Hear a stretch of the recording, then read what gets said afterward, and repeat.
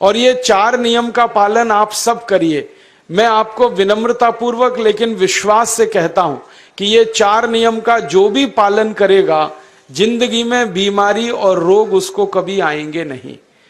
परम पूजनीय स्वामी रामदेव जी खुद 40-45 साल से इन 4 नियमों का पालन करते हैं। आप भी अगर ये पालन करेंगे तो बहुत अच्छा होगा। मैं भी करता हूं मेरे जीवन में। मैं पिछले 15 वर्षों से योग प्राणायाम करता हूं, उसके साथ कुछ नियम मैंने बनाए हैं, वो नियम का पालन करता हूं और वही नियम आपको बताना चाहता हूं। स्वामी जी पालन करते हैं, मैं करता हूं, हमारे लाखों योग शिक्षक करते हैं और इन नियमों का पालन करने से हमको इतना लाभ हुआ है कि कभी बीमारी आती नहीं। 15 साल से मैंने हर बार मेरा बीपी चेक किया, नॉर्मल है, शुगर नॉर्मल है, ट्राइग्लिसराइड्स नॉर्मल है, कोलेस्ट्रॉल नॉर्मल है। पिछले 15 साल में कभी सर्दी जुकाम भी नहीं हुआ, गला भी नहीं बैठा, कभी हॉस्पिटल नहीं देखा, कभी डॉक्टर के पास नहीं गए, क्योंकि जरूरत नहीं पड़ी। और वो जरूरत नहीं पड़ी क्योंकि हम निरोगी हैं, स्वस्थ हैं। ये निरोगी और स्वस्थ होने के लिए आयुर्वेद की एक छोटी सी जानकारी आपसे मैं शेयर करना चाहता हूं। आयुर्वेद में यह कहा गया है कि किसी भी व्यक्ति को निरोगी होना है, रोगमुक्त होना है, तो अपने जीवन में 3 बातों का ध्यान रखे। अपना वात, पित्त और कफ, तीनों का संतुलन रखे। वो 3 तरह के दोष हैं हमारे शरीर में, वात, पित्त, कफ। आपने सुना होगा ये त्रिदोष आधारित शरीर है। जब वात बहुत बिगड़ जाता है तो 80 से ज्यादा रोग आते हैं। जब पित्त बहुत बिगड़ जाता है तो लगभग 46 से 50 रोग आते हैं। और जब कफ बिगड़ जाता है तो 28 रोग आते हैं। और वात, पित्त, कफ तीनों बिगड़ जाएं तो 148 रोग आते हैं। सर्दी, खांसी, जुकाम से लेकर और कैंसर तक जो आखिरी रोग माना जाता है, ये सब वात, पित्त, कफ के बिगड़ने का खेल है। तो इस देश के आयुर्वेद चिकित्सा के सबसे महान लोगों में से कुछ नाम आप जानते हैं, जैसे चरक ऋषि, जैसे सुश्रुत ऋषि। ऐसे एक ऋषि हुए बाघभट्ट। बाघभट्ट ऋषि ने एक पुस्तक लिखी है, उसका नाम है अष्टांग हृदयम, और एक पुस्तक लिखी है उसका नाम है अष्टांग संग्रहम। इन दोनों पुस्तकों में उन्होंने 7000 नियम बताए हैं। उनमें से 4 बताता हूं, अच्छे लगे तो आज से ही पालन करो और दूसरों को भी बताओ, ताकि कोई भी इन नियमों का पालन करे तो बीमार ही ना पड़े। ये 4 नियम हैं वात, पित्त और कफ को संतुलित रखने के लिए। अब वात, पित्त, कफ तीनों एक साथ आपके संतुलित रहें तो उसके लिए पहला नियम है खाना खाने के तुरंत बाद पानी नहीं पीना। ये पहला नियम है। आप बोलेंगे ये तो बड़ी मुश्किल बात है, खाना खाते ही पानी पीते हैं हम तो सबके सब, और बिना पानी पिए खाना ही नहीं खाते। कई लोग तो खाने से ज्यादा पानी पीते हैं, खाना कम खाते हैं, पानी ज्यादा पीते हैं। ये खाना खाने के बाद पानी कभी भी नहीं पीना, क्योंकि महर्षि बाघभट्ट कहते हैं भोजनांते विषम वारी, माने भोजन के अंत में पानी पियो तो जहर के पीने के जैसा है। इसलिए वो कहते हैं कभी भी खाने के तुरंत बाद पानी मत पियो।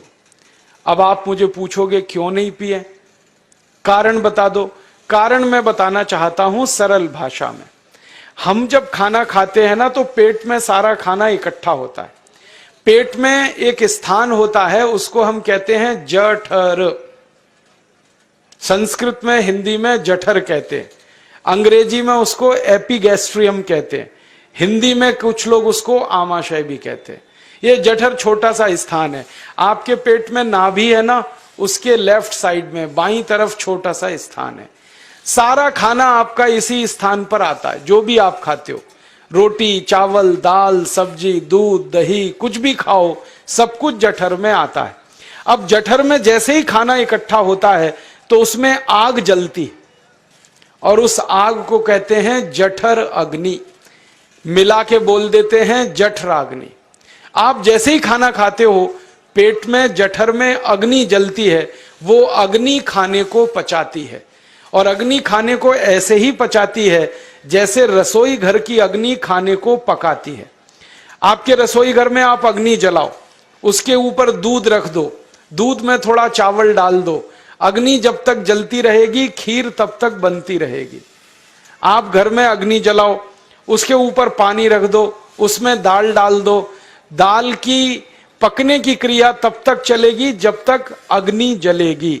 ऐसे ही पेट में होता है, जैसे ही आपने खाना खाया पेट में अग्नि जलती है, और जब तक अग्नि जलती है तो खाने के पचने की क्रिया चलती है। जैसे रसोई घर में खाना पकाते हैं वैसे ही पेट में भी खाना पकता है, इसी को हम पचने की क्रिया कहते हैं, अंग्रेजी में उसको डाइजेशन कह देते हैं। तो आपने खाना खाया, पेट में अग्नि जल गई, अब वो खाने को हजम करेगी, पचाएगी।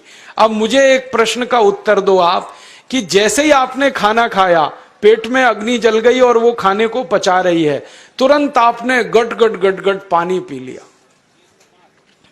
और खूब ठंडा पानी पी लिया, बर्फ मिलाया हुआ पानी पी लिया, फ्रिज का पानी पी लिया। क्या होने वाला है? अग्नि जलेगी कि बुझेगी? अग्नि के ऊपर पानी डालो तो अग्नि और पानी की दोस्ती नहीं है, दुश्मनी है। पानी अग्नि को बुझा देता है।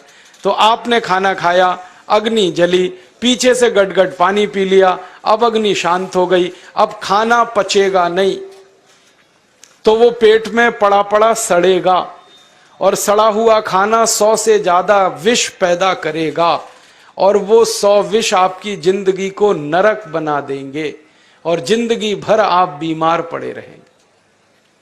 आपको मालूम है, कई लोग कहते हैं मुझे पेट में बहुत गैस बनती है।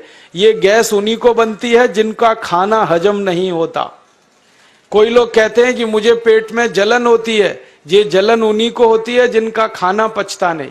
कोई कहते हैं कि मेरे पेट में एकदम गुम हो जाता है, फूल जाता है, ये सब वो लक्षण हैं जब खाना पचता नहीं। तो खाना पचेगा नहीं तो सड़ेगा, सड़ेगा तो विष पैदा करेगा, और वो विष आपको बीमार करेंगे। इसलिए महर्षि भागवत ने कहा, खाना खाते ही पानी मत पियो। समझ में आया? फिर आप बोलोगे कितनी देर तक नहीं पिए? कम से कम 1 घंटे तक। 1 घंटे बाद पानी पियो। आप बोलोगे जी 1 घंटा क्यों? ये जो अग्नि जलने की क्रिया है ये लगभग 1 घंटे तक ही चलती है पेट में, उसके बाद अग्नि अपने आप शांत हो जाती है, उसके बाद पानी पी लो। तो खाना अगर 10 बजे खाया तो 11 बजे पानी पियो, 11 बजे खाया तो 12 बजे पियो, 12 बजे खाया तो 1 बजे पियो, 1 घंटे बाद पानी पियो। अब आपके मन में यह सवाल आ सकता है कि खाना खाने के पहले पी लें क्या? हाँ पी लो, 40 मिनट पहले पेट भर के पानी पी लो।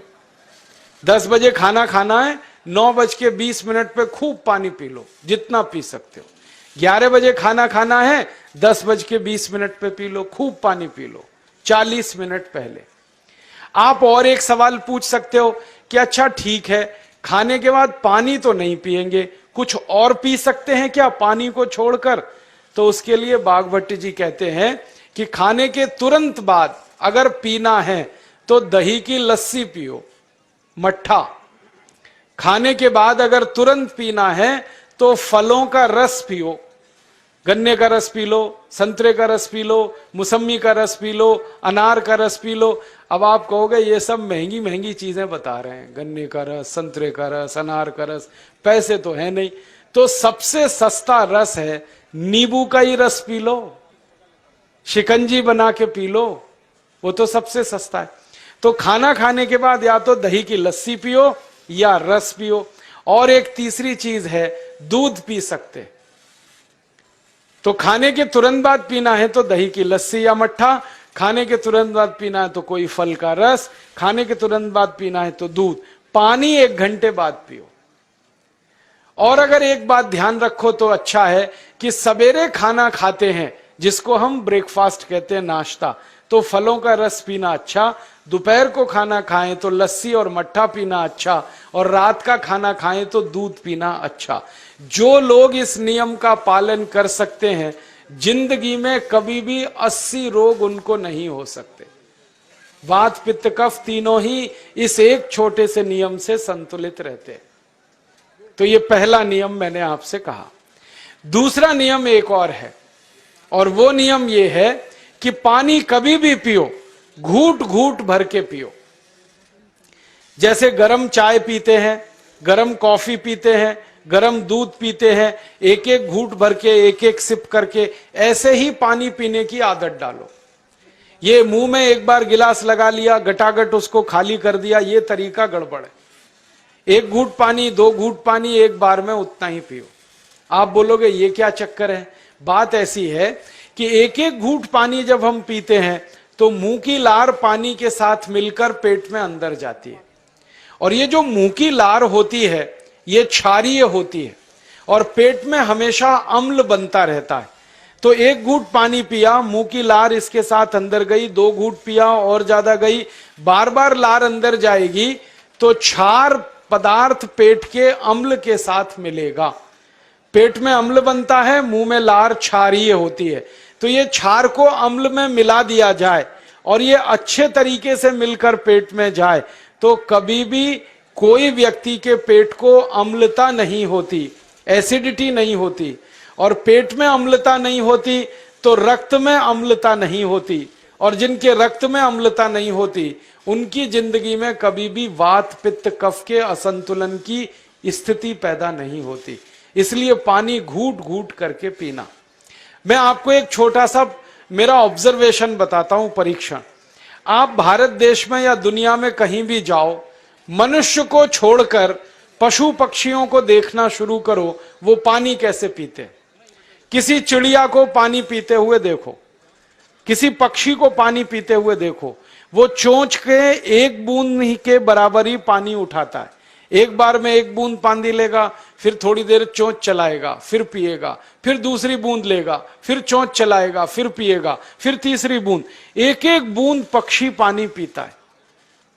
कुत्ते को पानी पीते हुए देखो, चाट चाट के पानी पीता है।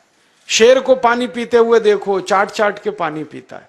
जितने जानवर चाट कर पानी पीते हैं, जितने पक्षी एक एक घूंट पानी पीते हैं, किसी भी पक्षी और किसी भी जानवर को डायबिटीज नहीं है, किसी को अर्थराइटिस नहीं है, कोई पक्षी ओवरवेट नहीं है, कोई पशु ओवरवेट नहीं है। वो सब स्लिम और ट्रिम है, क्योंकि वो इतने होशियार हैं कि पानी चाट के पीते हैं या घूट घूट करके पीते।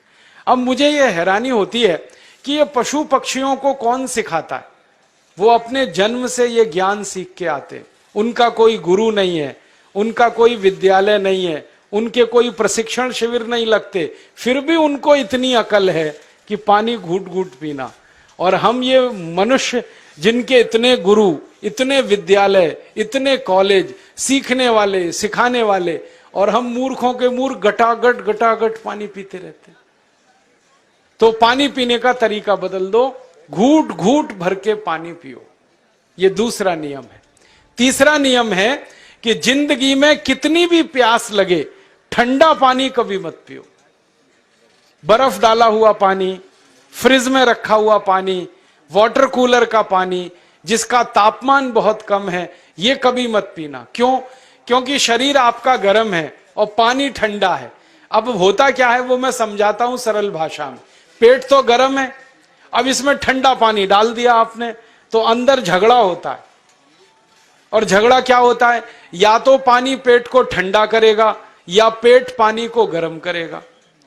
अगर पानी ने पेट को ठंडा कर दिया तो पेट के ठंडा होते ही हृदय ठंडा होता है, हृदय के ठंडा होते ही मस्तिष्क ठंडा होता है, मस्तिष्क के ठंडा होते ही आदमी ठंडा होता है, और आदमी ठंडा होते ही राम नाम सत्य होती है। आपको मालूम है, जब शरीर ठंडा पड़ जाता है तो घर में भी नहीं रखते, निकाल के बाहर सड़क पे रख देते। जो घर आपने बनाया अपनी मेहनत से, शरीर के ठंडा पड़ते ही निकाल बाहर करते हैं उस घर में से, और फिर चिल्लाने लगते हैं, लेके जाओ, जल्दी लेके जाओ, इसको जला के आओ। माने ठंडे शरीर की इज्जत नहीं है। तो ठंडा पानी क्यों पी रहे हो भाई? बंद कर दो। कोई जानवर ठंडा पानी नहीं पीता, कोई पक्षी नहीं पीता। तो आप ये ठंडा पानी पीना बंद करो, सादा पानी पीना शुरू करो। और गर्मी के दिनों में बहुत अगर आपको तकलीफ है तो मिट्टी के घड़े का पानी पी लेना, फ्रिज का और बर्फ का नहीं पीना। ये तीसरा नियम है। और चौथा और आखिरी नियम है कि आप सवेरे ही सवेरे जब सोकर उठते हो तो सबसे पहले पानी पियो। जैसे ही आपकी आंख खुल गई तो पहले 2-3 गिलास पानी पी लो, उसके बाद आप टॉयलेट में जाओ। उठते ही पानी पियोगे तो 2 फायदे हैं। पहला फायदा यह है कि पानी पेट में जाकर बड़ी आंत को साफ करता है, और जैसे ही बड़ी आंत की सफाई होगी पेट पे दबाव पड़ेगा और आप संडास घर में जाएंगे, 2-3 मिनट में पेट आपका साफ हो जाएगा। जिनका पेट सुबह एक बार में साफ हो जाता है उनकी जिंदगी में कभी रोग नहीं आता। इसलिए सुबह सुबह उठते ही पेट साफ होना जरूरी है। और उठते ही पानी पियोगे तो मुंह की जो लार है वो पानी के साथ मिलकर अंदर जाएगी। सुबह पेट में एसिड की मात्रा ज्यादा होती है, इसलिए लार का पेट में जाना बहुत जरूरी है। इसलिए सुबह उठते ही पानी पीना बहुत जरूरी है। ये 4 नियम हैं आयुर्वेद के। पहला नियम, खाना खाने के 1 घंटे बाद पानी पीना। दूसरा नियम, पानी को हमेशा घूट घूट भर के पीना। तीसरा नियम, कभी भी जिंदगी में ठंडा पानी नहीं पीना। और चौथा और आखिरी नियम, सवेरे उठते ही सबसे पहले पानी पीना। 4 नियमों का पालन जो भी अपने जीवन में कर सकता है वो वात पित्त कफ तीनों को संतुलित रख सकता है। और जिसका वात पित्त कफ संतुलित है उसके जीवन में बीमारी नहीं आती है। और जो बीमार नहीं पड़ते हैं वो स्वस्थ और तंदुरुस्त और सुखी रहते हैं। उनकी जिंदगी का खर्चा कम होता है और देश का भी बहुत सारा पैसा बचता है। आपको शायद मालूम है या नहीं, 1 साल में हम जब बीमार पड़ जाते हैं भारतवासी, तो साल का करीब 6 लाख करोड़ रुपया हमारा खर्च हो जाता है उन बीमारियों का इलाज करने में। इसलिए इतना पैसा फालतू में हम खर्च करें हर साल 6 लाख करोड़, ये बहुत बड़ी रकम है।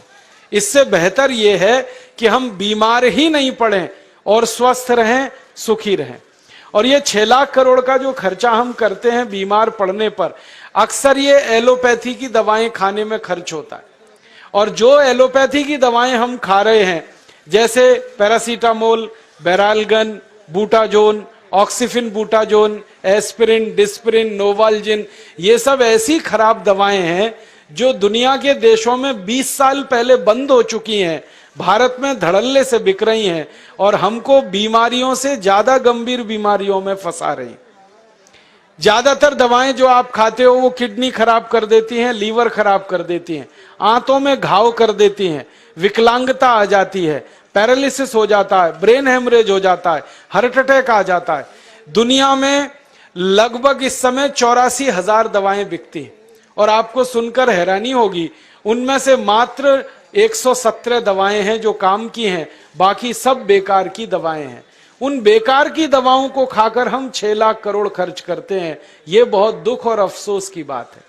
और ये 6 लाख करोड़ का खर्चा समाज के वो लोग करते हैं जिनको जिंदगी में हर समय अपना आर्थिक स्थिति को देख के चलना पड़ता है, जिनकी आमदनी बहुत नहीं है, जिनके घर में आमदनी के बहुत ज्यादा साधन नहीं है, उनको ये पैसा खर्च करना पड़ता है।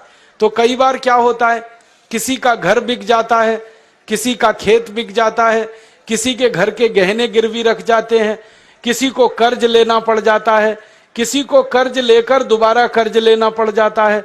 मैंने इस हिंदुस्तान में पिछले 15 साल के प्रवास में देखा कि गांव-गांव के गरीब किसान कर्ज ले लेकर ये महंगी दवाएं खाकर इलाज करते हैं, डॉक्टरों को पैसा देते हैं, दवा कंपनियों को देते हैं, और वो पैसा फिर इस देश में से दूसरे देश में चला जाता है, क्योंकि अक्सर ये दवाएं बनाने वाली कंपनियां विदेशी होती हैं। तो हम 6 लाख करोड़ खर्च करें अपने खून पसीने की कमाई का, उससे अच्छा ये है बीमार ही ना पड़े, दवा खाने की जरूरत ही ना पड़े, तो हम सुखी रहें, स्वस्थ रहें। तो योग प्राणायाम करें, 4 नियमों का जीवन में पालन करें, बहुत आसान है आपके लिए। और अब एक छोटी सी एक बात और आप